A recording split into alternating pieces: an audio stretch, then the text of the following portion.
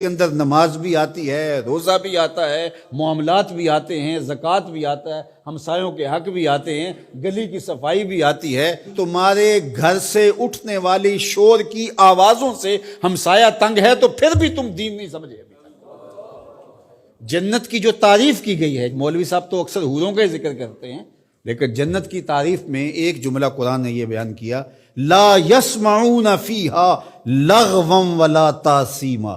جنت ایسا خوبصورت مقام ہوگا جہاں آپ کو ایسی آواز سننے کو نہیں ملے گی جو تم سننا نہیں چاہتے۔ یہ ہے جنت، جو تمہاری طبیعت پہ شاک ہو، تمہارے کانوں پہ بوجھ ہو، تمہاری سماعتوں کے اوپر گراں گزرے، تو جنت میں تمہیں وہ بھی سننے کے لیے نہیں ملے گی۔ تو میں اپنے مبلغین سے، خطباء سے کہتا ہوں کہ فل ساؤنڈ کیا ہوا ہو اور ایکو بھی اس کی فل کی ہوئی ہو اور چھوٹا سا کمرہ ہو اور آپ آگے منہ رکھ کے زور زور سے بول رہے ہیں اور لوگوں کے دل ڈول رہے ہیں اور آپ سمجھتے ہیں یہ تبلیغ کر رہے ہیں۔ یہ تبلیغ نہیں، یہ بدتمیزی کر رہے ہیں آپ۔ اللہ نے قرآن میں بولنے کا بھی سلیقہ سکھایا ہے، کہا کہ تمہاری آواز بہت بلند نہیں ہونی چاہیے، بدترین آواز فرمایا گدھے کی آواز ہے، وہ چیختا ہے، چلاتا ہے۔ تو کبھی ضرورت کے تحت آپ بلند بولیں تو وہ امر آخر ہے۔ آپ نے دور تک لوگ ہیں اور آواز دینی ہے، یا جنگوں کے اندر رجز پڑے جاتے تھے، وہ ایک الگ بات ہے، لیکن عمومی طور آپ جب لوگوں سے ہم کلام ہو رہے ہوں تو آپ کی آواز لوگوں کے کانوں پہ شاک نہ گزرے، اذیت نہ گزرے۔ بعض اوقات خطیب حضرات جب چپ ہوتے ہیں تو ایسے جیسے سکون مل رہا ہوتا ہے، اور جب بول رہے ہوتے ہیں جس طرح قیامت توڑ رہے ہیں۔ تو یہ کیا ہے؟ جنت کی یہ تعریف ہے، لا یسمعون فیہا لغوا، اس میں لغو بات سننے کو نہیں ملے گی۔ تو یار پوری زندگی کو، پوری دنیا کو جنت نہیں بنا سکتے، مسجد کوئی بنا دو جو ہے ہی جنت، جنت کا ٹکڑا ہے، ریاض الجنہ اس کو کہا گیا ہے۔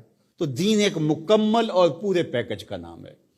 تو ہم نے کسی نے ایک پہلو کو لے لیا، کسی نے دوسرے پہلو کو لے لیا، کسی نے لباس کو دین سمجھ لیا اور کسی نے جو ہے وہ کسی اور چیز کو، کوئی حقوق العباد پہ رک گیا اور اس نے حقوق اللہ کی نفی کر دی۔ یہ بات ذہن میں رکھیے، حقوق اللہ حقوق العباد سے فائق ہیں۔ یہ عمومی طور پہ کہا جاتا ہے حقوق اللہ کی خیر ہے، حقوق العباد کا خیال رکھو۔ تو یہ بات ذہن میں رکھیے کہ جو حقوق اللہ ہیں وہ فائق ہیں حقوق العباد سے۔ بندے کے حق اللہ کے حق کے برابر کیسے ہو سکتے ہیں؟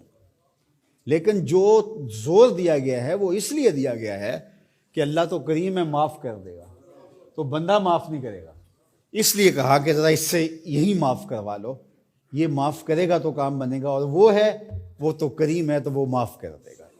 تو اس کا یہ مطلب نہیں نکلتا کہ اس کے حق کوئی کمزور ہیں، اس کے حق بندے سے فائق ہیں، اوپر ہیں۔ تو اس لیے یہ بات ذہن میں رکھیے کہ دین ایک مکمل، کامل، اکمل اور پورا پیکج ہے جس کے اندر سارے پہلو پائے جاتے ہیں، اور ہم ایک پہلو کو بعض اوقات لے لیتے ہیں اور ایک پہلو کو نظر انداز کر دیتے ہیں۔ اسی طرح دین کا کام کرنے والے بھی، ایک تنظیم ایک پہلو کو اجاگر کر رہی ہے، دوسرے کو چھوڑ رہی ہے، دوسری ایک کو اجاگر کر رہی ہے، دوسرے کو چھوڑ رہی ہے۔